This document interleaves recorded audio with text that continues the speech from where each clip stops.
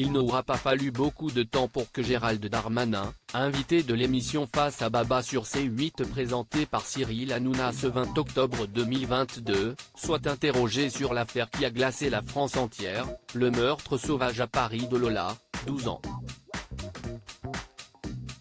Le ministre de l'Intérieur a réagi sur un tweet accusant le politique de n'avoir rien fait pour empêcher qu'un tel drame se produise. Il a alors fait part d'un événement intime et dramatique pour expliquer à quel point cette affaire l'a touché en tant qu'homme avant tout. Personne ne peut se mettre à la place des parents de Lola. Quand on est père de famille, comme je le suis, on pense que si est ce qu'il y a de plus ignoble.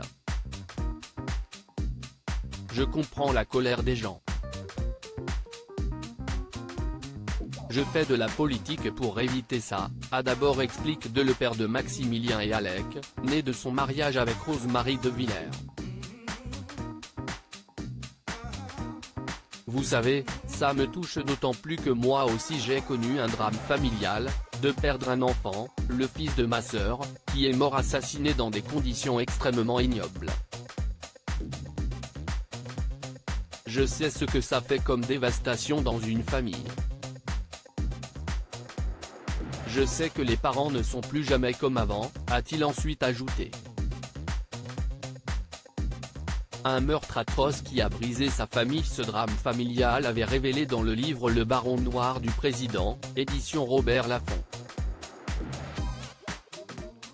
Au début des années 1990, le père de l'homme politique s'était rendu chez son ex-beau-fils, après un appel angoissé de sa fille qui cherche à savoir où est leur enfant. Sur place l'attend une scène de crime incroyable. Avant de se suicider, le mari a poignardé l'enfant et a projeté son sang sur les murs. Gérald Darmanin est sous le choc de la mort atroce de son petit-fils.